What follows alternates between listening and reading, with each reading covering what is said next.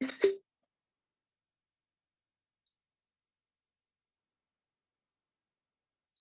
morning, everybody. You are probably noticing that I'm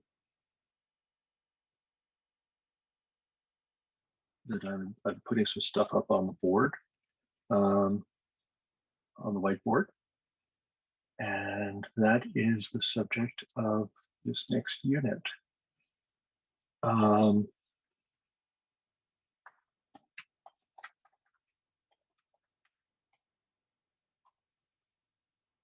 are still showing up, so I'm still letting them in.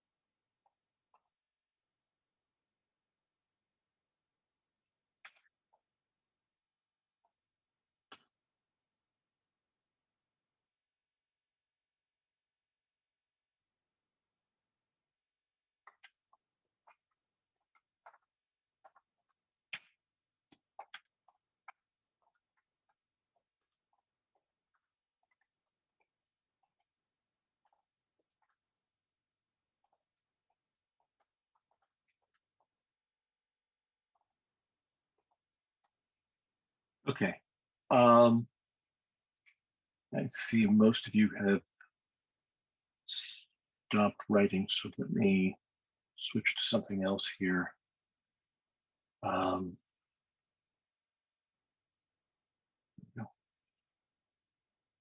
So here is the thing about probability. Probability is all about counting.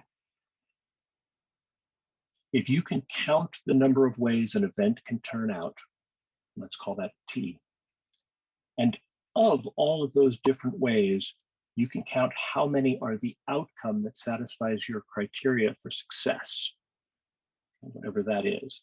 Let's call that S.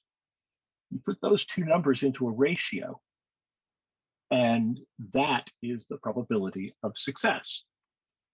So, simplest example that everybody always uses. If I toss a coin, there are two ways that it can turn out. It could be heads, it could be tails. Heads is one way it can turn out, tails is another way it can turn out. Altogether, the total number of possible ways it can turn out is 2. Right? So that's T, the total number of ways that an event can turn out. Okay? If I decide that I want heads, right? Coins in the air, I call it heads. Okay. The probability of heads is equal to the number of ways I can get heads divided by the total number of ways it can turn out. That's it. That's the whole thing. If you can count, you can do probability. The tricky part is that counting is harder than it sounds sometimes. Well, let's do it this way too. Let's say I roll a couple of dice. Okay. And let's say,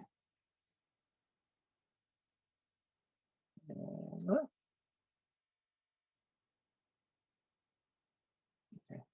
And let's say that, you know, what dice do I have? I have 1, 2, 3, 4, 5, 6. That's the way the first one could turn out. And then 1, 2, 3, 4, 5, 6, right? I've got 2 different dice.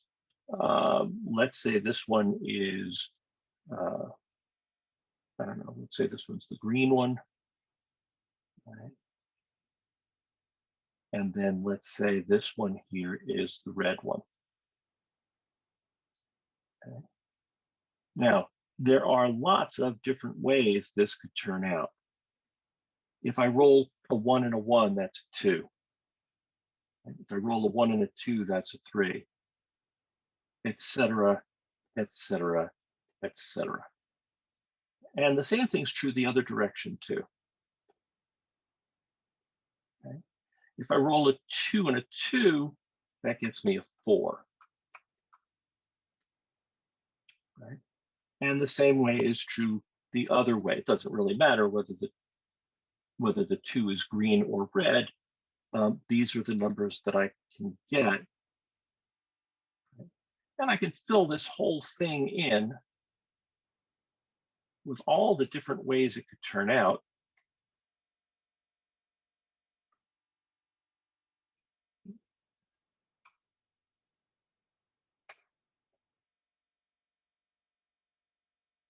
It only takes a second to do here. Well, a little more than a second, but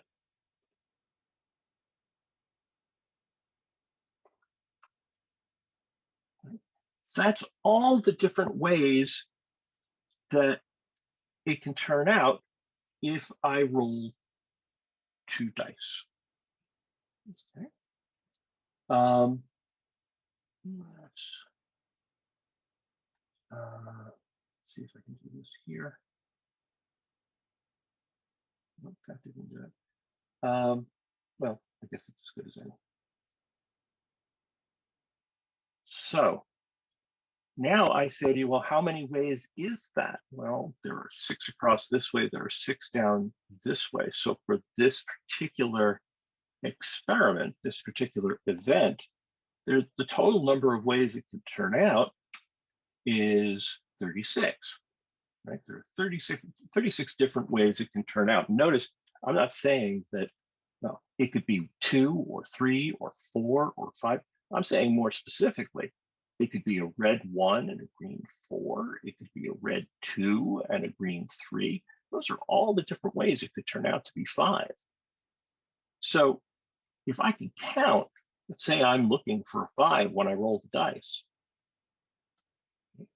my success, which would be the probability in this case of my getting 5, is, well, actually, it's the number of ways. This is how you write the number of ways that I can get 5 is 1, 2, 3, 4. Oops. Right? That's it. And so the probability of getting a 5 is equal to S over T, and that reduces to 1 over 9. And you'll notice I can also write this as 0.111 repeating, or I can write this as 11.1 repeating %. And those are basically the same answers. A lot of places will go ahead and truncate this and call this 0.1, or they'll call it 11%. But if you want the right answer, you either say 1/9 or you write out the repeating decimal. That's all there is to probability. It is all about counting. So what makes this so hard? Well, sometimes it's harder to count than you might think it's going to be. Let's see what I can do here. Okay. For example,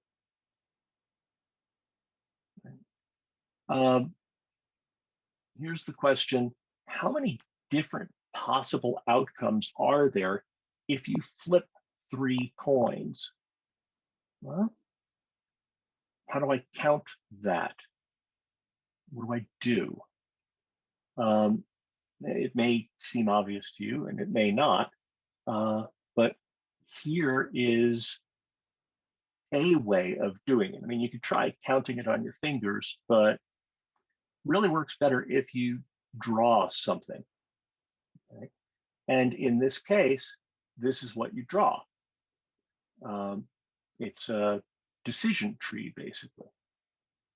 Okay, you have 3 different coins, and they can either turn out heads or tails. Okay, what they're doing here is actually, interestingly, not doing the problem of what you can do if you flip 3 coins, because that would be a little bit different. They're doing what would happen if you flip a coin 3 times. And you notice there's a slight difference in the way that works out as an experiment, but in the end, the probability is the same. Right? The first time you either get heads or you get tails. If you get heads the first time, the second time you might get heads, you might get tails. And the third time you might get heads again or tails. So by the time you've gotten to this part of the tree, you have all the different possible ways that it could turn out. How do you read it? Well, you go heads, heads, heads. That's one way. Heads, heads, tails. That's another. Heads, tail, heads. Heads, tails, tails. Tails, heads, heads, tails, heads, tails, tails, tails, heads, and tails, tails, tails. That's all of the different possible ways you can pull that off. That is a matter of counting, creating the chart, creating some kind of drawing, drawing out all the possible outcomes and counting them. There is something called the fundamental counting principle. Okay. And if you look at page 403 in your book, it says there are 2 counting principles. Let A and B be 2 events that occur in sequence. A and B. What happens? Well, the probability, or not the probability, but the way you count them is the number of times the first one can turn out times the number of ways the second one can turn out if you already know how the first one came out. Now, here's the thing with that here. It doesn't matter how the first one comes out. The second one isn't affected by that. If the first coin is either heads or tails, the second toss is going to be equally likely to be heads or tails. So this is what that drawing looks like. And here, right, the first toss has 2 different possible ways of turning out. Second toss has 2 different possible ways of turning out. And the third toss has 2 different ways of falling out. That is a series of independent events because neither one of the results has an impact on the next result.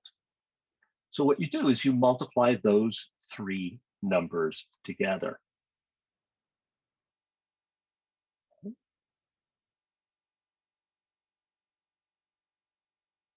If you're thinking to yourself, well, yeah, but it's always going to be like this, 2, 2, 2. Not necessarily.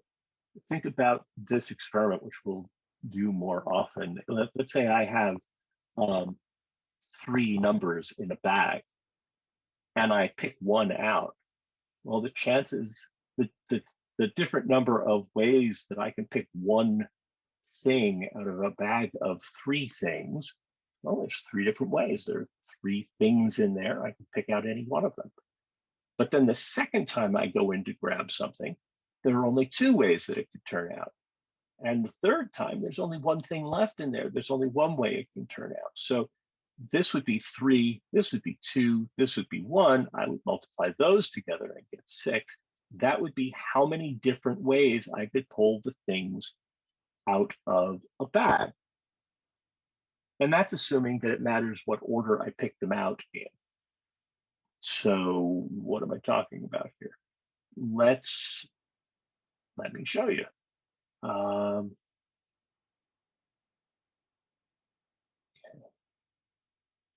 Here is my bag. Let me give my bag a little bit of color here. Okay. There's my bag. Okay. Let's make the bag the size of the whole thing. Right. Actually, almost the size of the whole thing. So we'll put three things in there. 1, 2, 3. Okay, so here are my three things. And I have a choice of three things when I reach into the bag to pull them out. All right, there's one thing. Second time, there's two things. Third time, there's three things. In the end, what's the result here?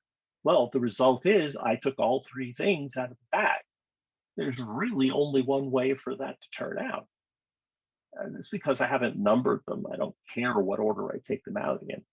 So how many different ways are there to take the three things out of the bag? Well, if I don't care what order it comes in, there's only one way it can turn out.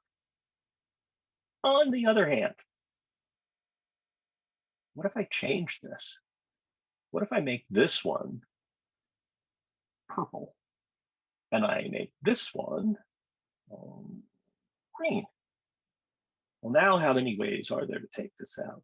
Well, it doesn't matter what color they are. If I don't care how they come out of the bag, then once they're out of the bag, there's still only one way to do it. I've got all three of them out of the bag. But what if it makes a difference? What if I say, well, this is number 1, this is number 2, and this is number 3? That's one way for it to turn out. What's another way? Whoops. Another way would be I get the blue one out first, and then the green one, and then the purple one. Now that's a different way for it to turn out. Blue, green, purple. So when you're doing that, trying to figure that out, the first time I pick something out of the bag, there are three ways that it can turn out. Now, I only have two things left in the bag. So if I pick one out, there are only two ways that can turn out. Now there's only one thing left in the bag. There is only one way that can turn out. I take that one thing out of the bag. And just like before, if I take that list of different ways that it can turn out and I multiply them together, I get 6. There are 6 different ways I can take these things out of the bag if I care what order they come in. And what happens at this stage of the game is people usually say to me, well, how can I tell if order matters or order doesn't matter? And the answer is, that's not a math question. That's a reality question. The question is, do you care what order you take them out in? If you have a lot of different things in the bag and you're just checking to see how many different ways it can turn out, let's say there are, I don't know, 7 other things here in the bag. Okay. So altogether, there are 10 things. Well, the thing is still the same, right? I can pick everything out of the bag. When I pull something out of the bag, if I want to get this one, well, maybe I can get it, maybe I won't. But actually, there are 10 different things in the bag, so there are 10 different ways pulling something out of the bag can turn out. The second time, there are 9 different ways that I can pull something out of the bag. And the third time, there are only 8 left in the bag, so there are 8 different ways that I can pull things out. And if you multiply these together, you get 720. And if you're wondering, how did I do that so fast? The answer is pretty straightforward. 8 times 9 is 72, times 10 is 720. Okay? So it's pretty easy. I still don't need a calculator for anything here, but you'll notice now there are 720 different ways I can pull things out of the bag if I care what order they come in. Now, you might say, well, give me an example of how this works in the real world. So here's how this works in the real world. Right? What if I pull my 3 things out of the bag? 1, 2, 3. And this is the first thing, this is the second thing, this is the third thing. Well, okay, order matters there. So there are 720 different ways. An example of how this might work is if I had a race among 10 people and I wanted to know who's come in first, second, and third. The order matters. This is the first one, this is the second one, this is the third one. Well, okay, how could it be that I don't care what order it comes in? Well, that's pretty easy, because if I don't care what order it comes in, then the only question of how many different ways I can pull these out is how many different ways I can arrange them, right? And we already know, because we worked this out a moment ago, that if I have 3 things, the number of ways that I can arrange them is the first one, the one I put in front could be any one of 3. Okay, let's try this again. There we go. Could be any one of 3. The second one could be any one of 2.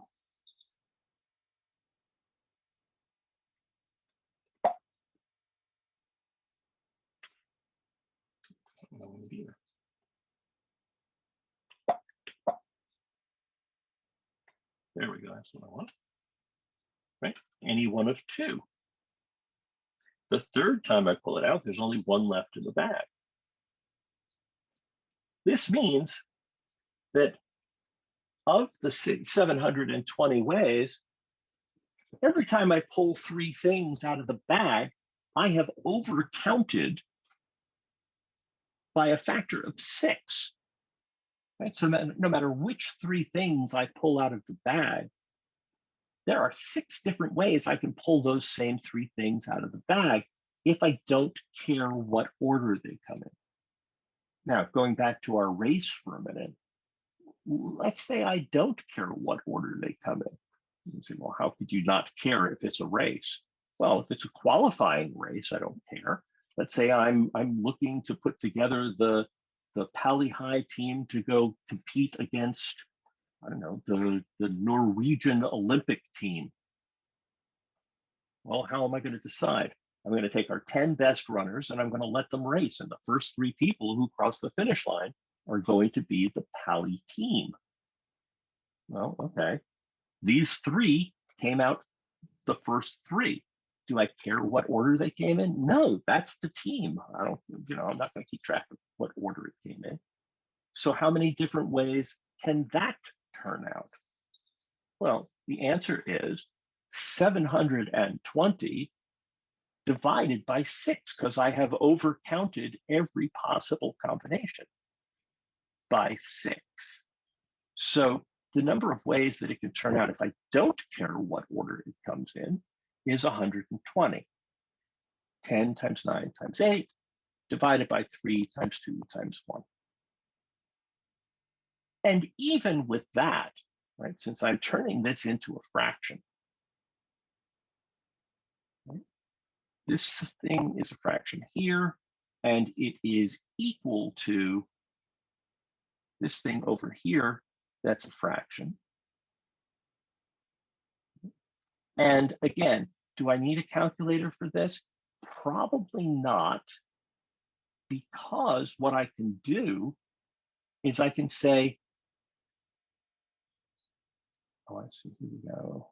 No, where's my little pen? Oh, I see. Okay, so here's what I can do. I can say I'm going to cancel. I'm going to do some division here.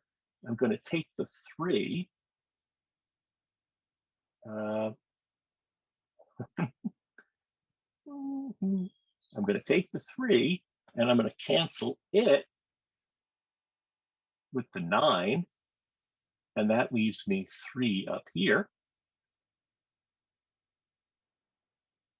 This goes a lot faster when you're not trying to use the whiteboard to represent it. I'm going to take the 2 and I'm going to cancel it with the 8, or I'm going to make the division happen here with the 8. And that leaves me with 4.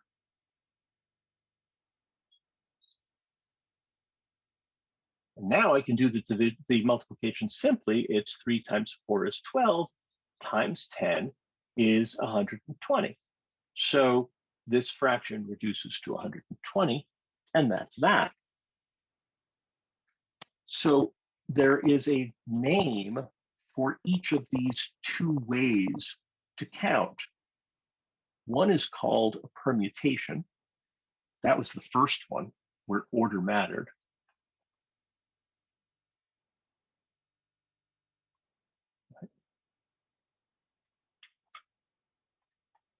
And the second one is called a combination, where order doesn't matter. Which, when you find out that that's what these 2 words mean, raises some interesting questions, not the least of which has to do with, why do they call it a combination lock? Because when you go to figure out what your combination is going to be, it certainly matters what order you put the numbers in.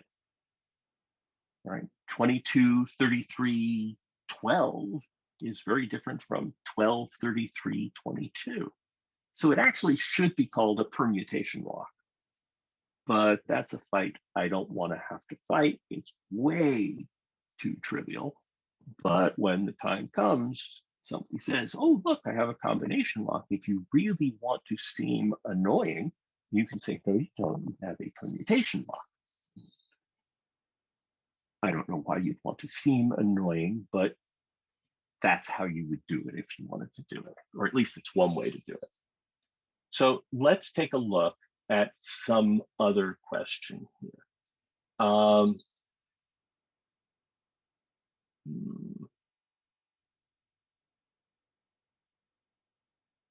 Let's say, okay, we did that one already. Let's try this one. Hang on. I have one in mind here. I'm just looking for it on my list. Here we go. Okay.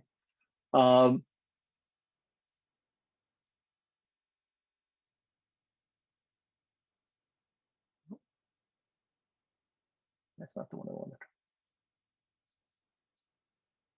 to that one in a minute.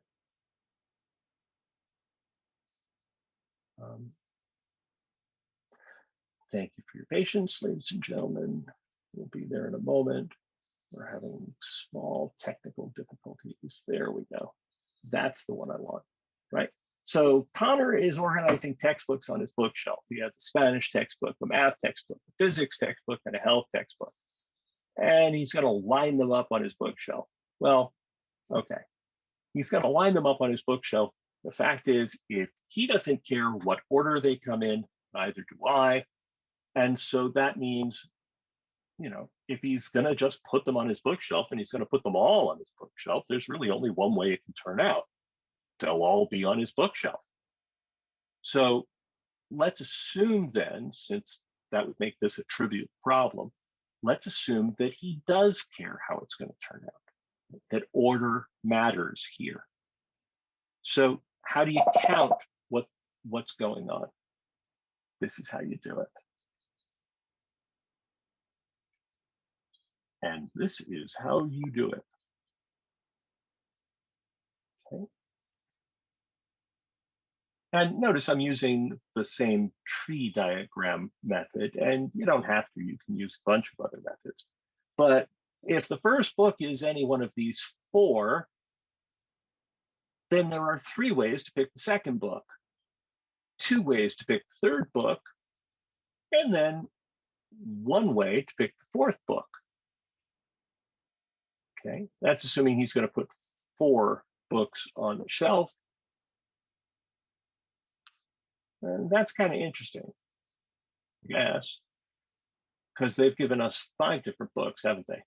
Spanish, 1, 2, 3. No, they gave us 4. That's fine. So here we go. How many different ways are there to do this? Well, there are 4 ways to take the first book, 3 ways to take the second, 2 ways to take the third, 1 way to take the 4th. Multiply all of those together. You've got 4 times 3 is 12, times 2 is 24. That is how many different ways there are to put the books together on the shelf. Now, if you said to yourself, well, okay, how many different ways are there? You know, I'm going to watch Connor do this, okay? But let's not talk to him while he does it, but I'll bet you a certain amount of money that he's going to put the math book third. Well, what's the probability that I'm going to win this bet? See if it's a good bet or a bad bet. Let's set this up so that I can put some numbers in there. There we go. Let's count how many different ways there are for the math book to be the third one. The third one is green, okay? This is health, physics, math, Spanish. So there's 1 way there. That's not helpful. Okay. So let's do it like this.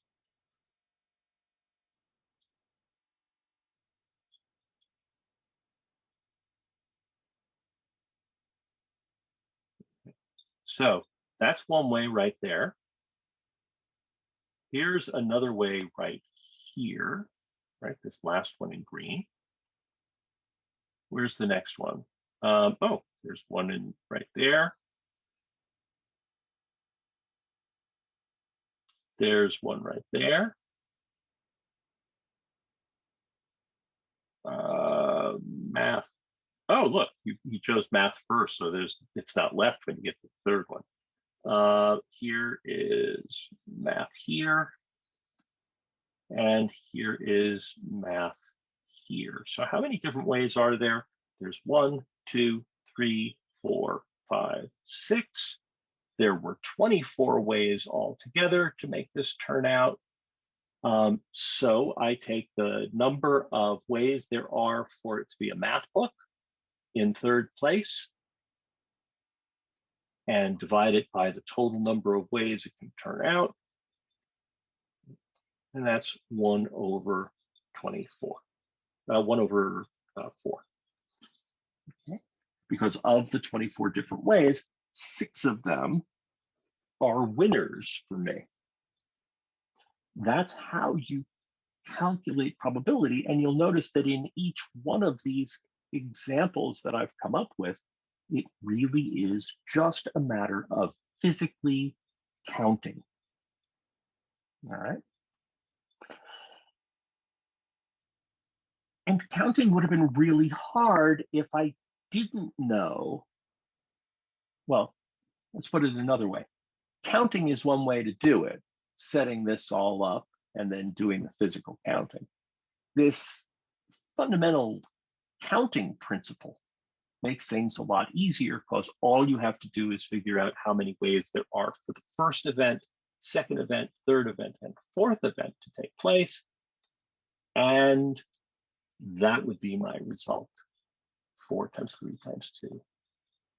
And then I would take this number, right? And I would put it as the denominator. I would figure out how many different ways there are for the math book to be third. And I would put that together here and get my probability. Okay. Notice what I'm doing here, right? This is a different situation than if I were, let's say, putting all the books in a bag and I wanted to find out what's the probability of my pulling the math book out of the bag. Well, that would be there's 1 out of 4. Coincidentally, that turns out to be the same thing here. Or is that a coincidence? I don't know. We'll look at that later. But here's what I was looking at. What if I wanted to know I'm going to pull 4 books out of the bag? What's the probability that it's going to be the math book every time? Well, obviously, if I don't put the books back in the bag, the probability of that happening is 0. On the other hand, if I keep putting the book, whatever book I pull out, back in the bag, then when I'm taking the 4 books, one book out of the bag each of 4 times, then this number here will be 4 and 4 and 4 and 4. Right? And when I multiply that together, I'll get, let's see, 2, 4, 6, 8. That's 5 would be 32. I'm counting the number of 2s. 2 to the 5th is 32, 64, 128, 256. So I think there are 256 ways to pull that out of the bag. Okay. Now, the 2 different things I just described are unimaginatively called with replacement and without replacement. If I put the book back in the bag, that's with replacement. If I don't, that's without replacement. And those 2 things are different. All right, with the remaining 14 minutes, let's take a quick look at some different problems that can come up. Okay, here is a pretty straightforward one. There's a spinner with 13 equal areas, numbered 1 through 13.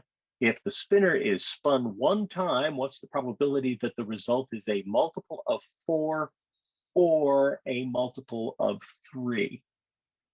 Okay, well, once again, you go through and you figure out all the different ways that this can turn out. So for example, obviously, if I spin the spinner once, it can turn out 1 of 13 ways. But how many of them are multiples of 4? Well, 4, 8, and 12. How many are multiples of 3? 3, 6, 9, and 12.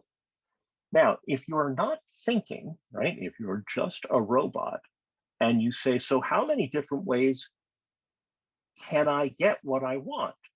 You might count and say, well, 1, 2, 3, 4, 5, 6, 7. There are 7 different ways I can get what I want, so the probability is 7 out of 13. But that's just silly, because the 8 wait, no, 4 doesn't occur twice, 8 doesn't occur twice, but look at this. I got 12 twice here. So in order to figure this out, what I have to do is count the number of ways each of them can turn out. 3 plus 4. But now I know I have overcounted because I counted this one twice. How many did I count twice? Well, just one of them. So the answer here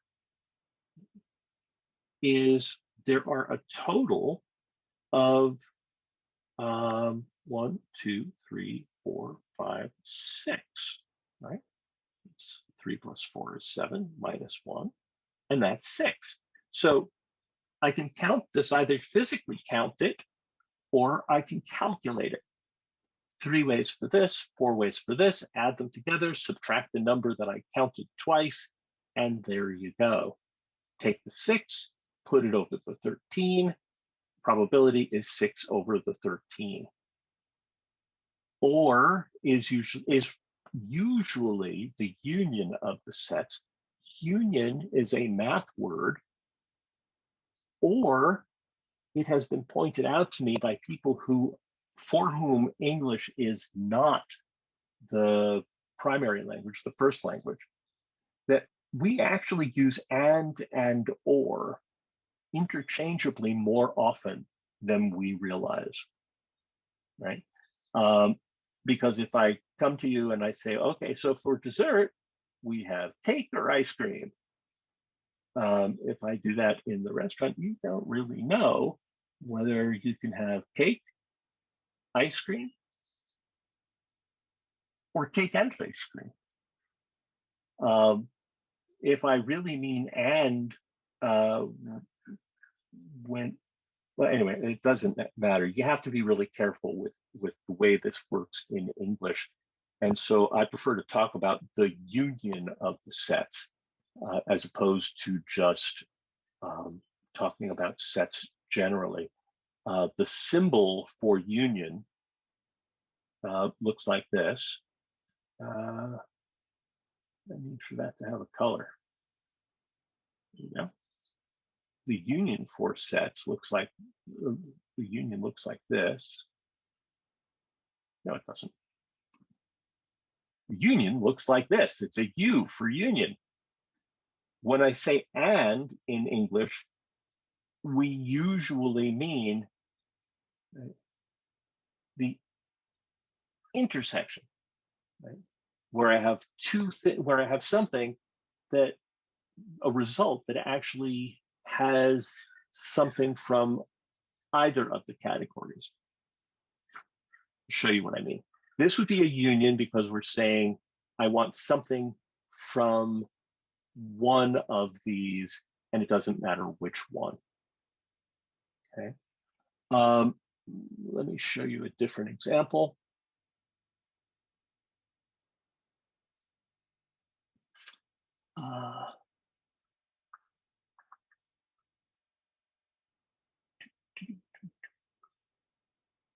There we go. Right. This time the problem is, right, I've got this spinner with equal areas, numbered 1 through 12 this time. And if the spinner is spun, what is the probability that the result is a multiple of 4? This is another or a multiple of 6. Well, let's call it and, all right? Let's just say that this is an and. And that means that the answer at the bottom of this is going to be different, but the method of figuring it out will be the same, okay? This is this one. Okay, so it does a nice job here of telling me what the multiples of 4 are and what the multiples of 6 are. And this would be how you would do the or. You would count how many there are and then subtract by the over count. But here, if I wanted to do and, I would have to figure out how many of the results, how many of the possible results belong to both categories? And here's the answer to that. 4 only belongs to 1. 6 only belongs to 1. 8 only belongs to 1. The only one that belongs to 2 categories is this one here. Let's give this a color as well. There we go. It's this one here. There is only one way out of all of these 12 answers to get one that is both a multiple of 4 and a multiple of 6, and that's this one right here. So the probability of getting and, which would be the intersection of the two sets, right? And my sets are multiples of 4 and multiples of 6, would be 1. There's only one way that can turn out. So the probability of that would be 1/12. Here, just to be clear, this problem asked for the union, right? Which means I'm going to put all of these together and then figure out how many different ways there are to get those results. And that time I still need to use this number right here, but it's as a subtraction. I have 3 plus 2. I'm going to subtract the over count. So it's 3 plus 2 minus 1. And that's 4. That's the number of acceptable values if we're looking for union. And 4 out of 12 is 1/3. By the way, this is an exact answer. And if you get the answer in a fraction, there is absolutely no need to turn it into a decimal. It just is not only a waste of time, but probably going to wind up lessening the accuracy of your answer because you will probably then round it. So let's assume for a moment that I'm asking for the exact answer. And the way to get that is to use the fraction. Of course, sometimes you could just say 0.5 for 1/2, but if I'm saying, I don't know, 1/7, it becomes quite a bit harder to figure out what the exact decimal is for that. So here is another problem. Julia recorded the grade level and instrument of everyone in the middle school School of Rock below. And then the question, you got to read the question carefully. Based on these results, express the probability that a 7th grader chosen at random will play the bass as a percent to the nearest whole number. So first of all, since it's only 7th graders, this doesn't count. We don't care.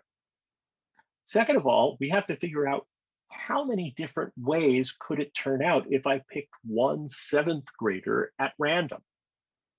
Well, remember, it's not 1 out of 4. It's 9 and 12 and 3 and 11. And assuming that every student is represented here, in other words, every student had to pick an instrument, then if I add these up, I have the total number of students. I've got 20, 30, 35 students. Okay. And then I ask, of those 35, how many students actually have chosen the base as a percentage? So this is 35,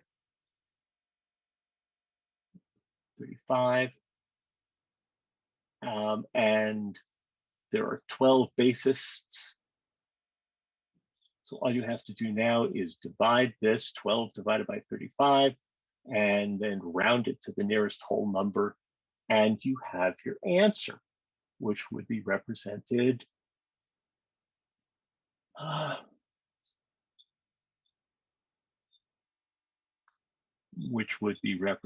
here.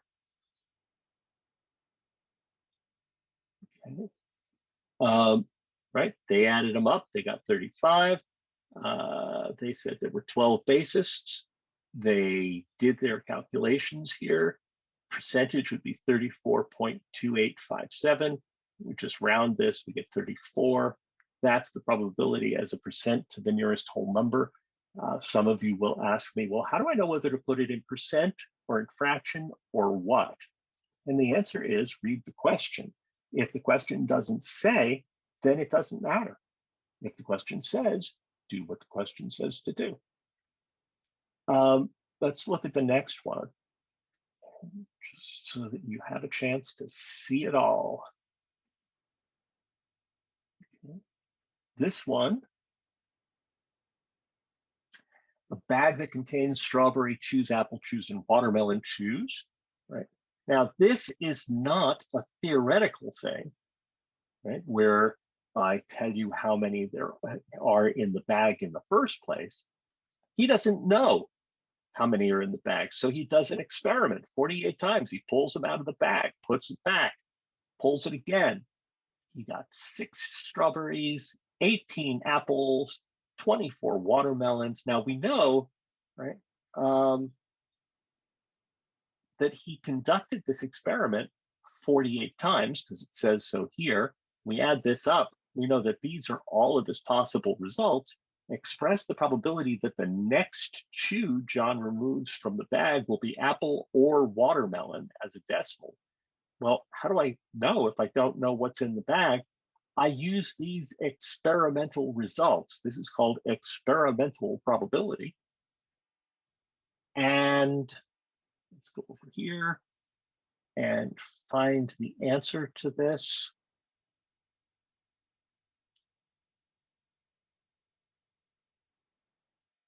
Here we go. Okay. And what you do is you take the number of times it turned out, 48, number of times that you got an apple or a watermelon and add them together. That gives you 42. Take the result, and the answer rounded to the nearest hundredth is 0.88. That is the probability that the next one will be one of those two. Now, of course, after you've done that, you've done the experiment 49 times. If you want to know the probability that the next one is going to be a strawberry, well, you have to use 49 now, and you have to use the result of the 49th one as part of figuring out how many times it happened.